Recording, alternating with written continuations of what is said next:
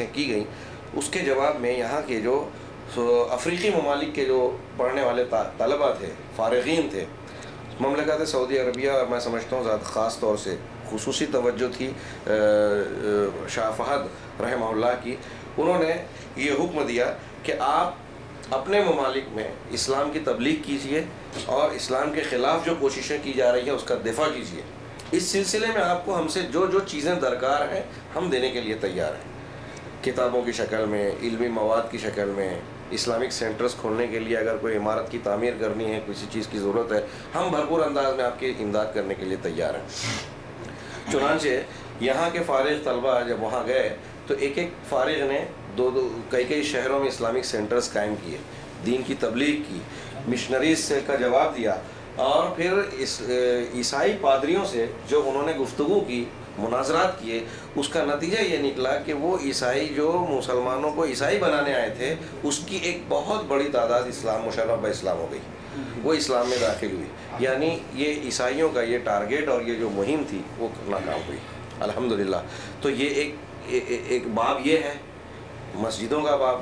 Vatican city میں جو شاہ فیصل کے دور میں اسلامک سینٹر کھولنے کی شروعات ہوئی تھی اور بار بار جسے روکا گیا، شاہ فہد رحمہ اللہ کے زمانے میں اس کی تکمیل کی گئی۔ اس کے علاوہ پوری دنیا میں مساجد کی تعمیر کا سلسلہ اور مدارس کو امداد، شاید ہم ہندوستان کے بارے میں کہہ سکتے ہیں کہ ہندوستان کا شاید کوئی بڑا ادارہ ایسا نہیں ہوگا، دینی تعلیمی ادارہ، جہاں سے سعودی عرب اور یہاں کے قرب و جوار کے کچھ ممالک کی جو ہے کچھ نہ کچھ امداد اور تعاون نہ پہنچتا ہو، کسی نہ کسی شکل میں نہ پہنچا ہو۔ مساجد کی کا انہوں نے کافی کچھ جال بچھایا مختلف ممالک میں، افطار الصائمین اور اضاحی کے جو پروگرام ہوتے ہیں اس کی وجہ سے ہم جانتے ہیں، میں جمعیت اہل حدیث مہاراشٹر کا ایک خادم ہوں، سیکریٹری شپ میرے ذمے ہے، میں جانتا ہوں ہمارے یہاں بعض دیہات ایسے ہیں کہ وہاں مسلمان ہیں لیکن ان کے یہاں افطاری کے لیے، اگر آج میں کہوں تو شاید کچھ لوگوں کو تعجب ہو، افطاری کے لیے انہیں کھجور نہیں ملتی تھی، کھجوریں نہیں دستیاب ہوتی تھی، انہیں نیا کپڑا خریدنا مشکل ہوتا تھا۔ ہم لوگوں نے بعض ایسے دیہات ہے کہ جب میں وہاں گیا تو ان کے حالات دیکھ کر ان کی غربت اس طرح جھلک رہی تھی کہ مجھ جیسے آدمی کی آنکھوں میں آنسو آ گئے۔ ان کے لیے قربانی کے جانوروں کا گوشت اور قربانی کے جانوروں کا تصور نہیں تھا۔ الحمدللہ ہندوستان میں جو جمعیت اہل حدیث کا ڈھانچہ ہے اور پھر جامعہ محمدیہ کے ذریعے جو ان ممالک سے کچھ اضاحی کی رقومات آتی ہیں، تو ان کے ذریعے سے ہم نے ایسے مقامات پر کچھ کھجوروں کا انتظام کیا، کچھ کپڑوں کا انتظام کیا، اضاحی کے جانور بھیجے جہاں ان چیزوں کا انتظام بہت مشکل تھا۔ تو ان کا فیض ایسی دور افتادہ بستیوں تک پہنچ رہا ہے۔ اس طرح کی اور بھی کئی کوششیں ہیں جسے میں سمجھتا ہوں کہ یہ مملکت توحید آج پوری دنیا کی روئے زمین پر ایک ایسی سرزمین ہے جسے ہم کہہ سکتے ہیں کہ یہ مملکت توحید ہے اور توحید اور عقیدے کو اولیت دیتی ہے۔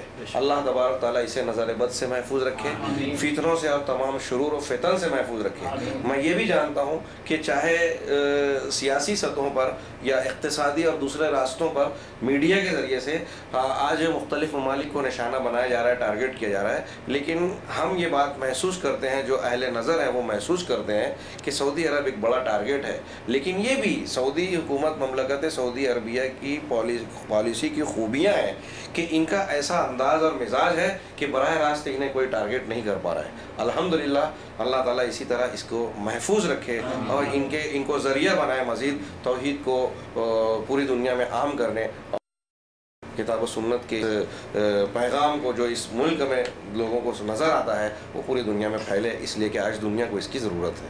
جزاک اللہ خیر، بارک اللہ فیکم۔ ناظرین اکرام، اسی پر ہم آج کی اس کاروان توحید کی نشست کا اختتام کرتے ہیں۔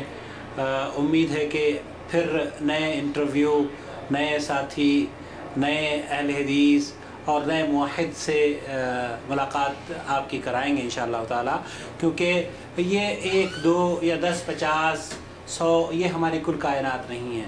ابھی بہت سے احباب ایسے ہیں جن سے ملاقات آپ کی باقی ہے. بہت سے ایسے گھرانے ہیں جو آپ سے ملنا چاہتے ہیں. ان کی آواز انشاءاللہ تعالیٰ قریب ہی آپ تک ہم پہنچائیں گے. اپنا خیال رکھیے گا. جزاکم اللہ خیر. احسن الجزاء. سبحانک اللہم و بحمدک اشہد ان لا الہ الا انت استغفرک و اتوب الیک. والسلام علیکم ورحمۃ اللہ وبرکاتہ. جزاک اللہ خیر. بارک اللہ فیک. ہماری بڑی خوشی ہے. اللہ تعالیٰ آپ کے اللہ پر بلند کرے. حدیث کے مصداق، اس حدیث کے مصداق اگر اہل الحدیث نہیں ہے تو میں نہیں جانتا کون ہے. اس طرح کے اور بھی بہت سی تصریحات ہیں. میں سمجھتا ہوں کہ یہ وضاحت ہو جاتی ہے. خود ہندوستان میں جب اسلام کا پہلا قافلہ آیا، صحابہ کرام حضرت عمر فاروق کے زمانے میں قدم پڑ چکے تھے، یہاں گجرات کے ساحلوں پر آئے تھے. اس کے بعد کیرلا کے جو لوگ تھے، سن 96 ہجری میں محمد بن قاسم کا لشکر آیا جو غیر منقسم ہندوستان یعنی سندھ کے علاقے میں آیا، منصورہ کی بنیاد ڈالی. اس وقت حنفی، شافعی، مالکی، حنبلی کا کوئی وجود نہیں تھا. اس وقت جتنے لوگ اسلام کو ماننے والے تھے وہ اہل الحدیث ہی کہلانے کے مستحق تھے. بلکہ بشار مقدسی نے جو دوسری تیسری صدی کے دوران ہندوستان کا دورہ کرنے والا سیاح تھا، اس نے اپنی کتاب اقلیم الہند، ایک لمبا نام ہے، میں نام ٹھیک سے یاد نہیں آ رہا ہے، وہ اس کے حوالے مل جائیں گے. اس نے لکھا ہے کہ میں نے جو سندھ کے علاقے کا دورہ کیا تو یہاں جتنے بھی مسلمان مجھے ملے وہ سب اہل الحدیث تھے، اور جو ذمی تھے وہ بت پرست تھے. تو ان حوالوں سے یہ بات، سرسری حوالوں سے بات معلوم ہوتی ہے کہ اہل الحدیث اس وقت سے ہیں جب سے خود حدیث ہے، یعنی قرآن و حدیث ہے. جزاکم اللہ خیر. آپ یہاں مملکت سعودی عرب میں تشریف فرما ہے، جدہ میں. سعودی عرب کی جو دینی خدمات ہیں آپ انہیں کس نگاہ سے دیکھتے ہیں؟ دینی خدمات سعودی عرب کی اللہ رب العزت اسے فتنوں سے اور نظر بد سے محفوظ رکھے. ان کی خدمات میں جدھر بھی نگاہ اٹھاتا ہوں، اور جو چند خدمات ہی موٹی موٹی میں دیکھتا ہوں، تو میں ایسا سمجھتا ہوں ذاتی طور سے کہ اگر اس میں اخلاص و للہیت ہو تو صرف ایک ایک کام اس کے کرنے والوں کے لیے شاید اللہ کے یہاں نجات کے لیے کافی ہو.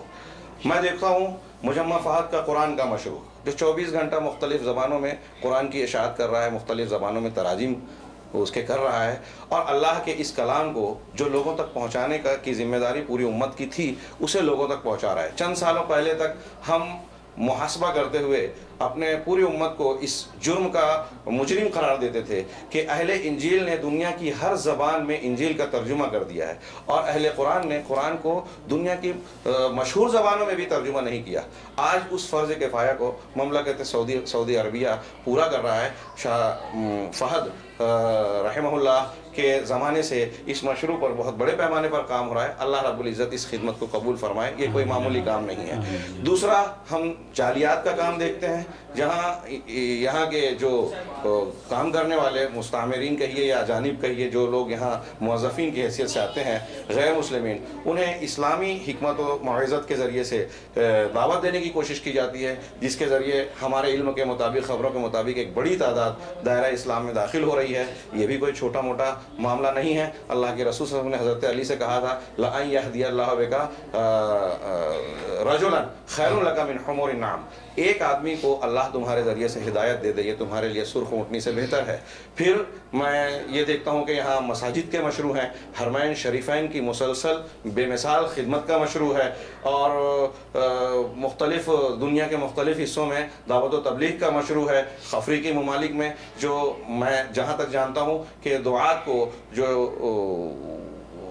اس بارے میں کوشش کی گئی کہ عیسائی مشنریز وہاں عیسائیت کی تنصیر کی جو کوششیں کر رہی ہیں، اور آج سے کچھ 25 سے 30 سال پہلے ان لوگوں نے عہد کیا تھا کہ ہم سن 2000 کی تکمیل تک، اختتام تک اس بر اعظم کو عیسائی اکثریت والا بر اعظم بنا دیں گے.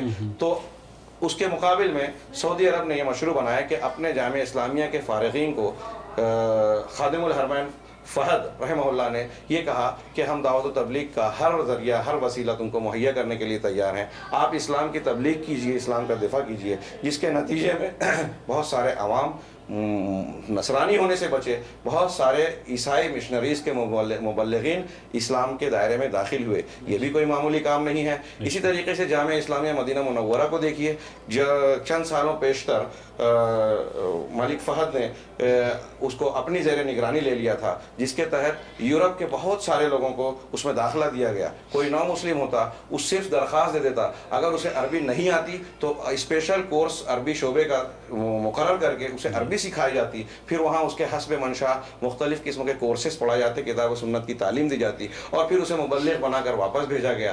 یہ اس طریقے سے، اور پھر دنیا کے تقریباً اکثر و بیشتر ممالک کے طلبہ وہاں تعلیم حاصل کر رہے ہیں، اور پھر لوٹ کر اپنے علاقوں میں دین کے داعی، دین کے معلم، مدرس اور صحیح عقیدہ اور صحیح کتاب و سنت کے داعی بن کر کام کر رہے ہیں. یہ بھی میں سمجھتا ہوں ایک مسلسل نیکی ہے جو اگر جاری رہی تو میں سمجھتا ہوں کرنے والوں کے لیے نجات کا باعث بنے گی. مملکت سعودی عربیہ اس قسم کے یہ عظیم الشان مشروعات پر عمل پیرا ہے. اللہ رب العزت ان مشروعات کو کامیاب فرمائے اور اسلام کا پیغام پوری دنیا کو پہنچائے.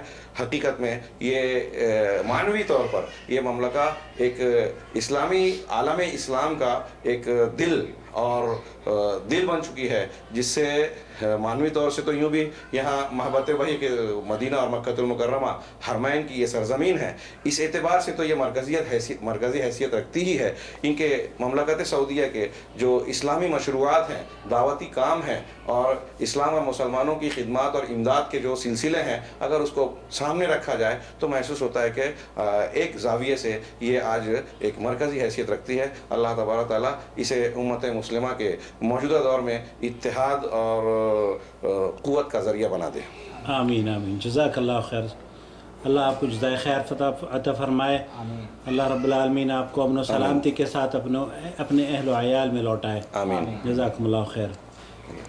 السلام علیکم ورحمۃ اللہ. وعلیکم السلام ورحمۃ اللہ. وجزاکم اللہ ایضا وحیاکم اللہ.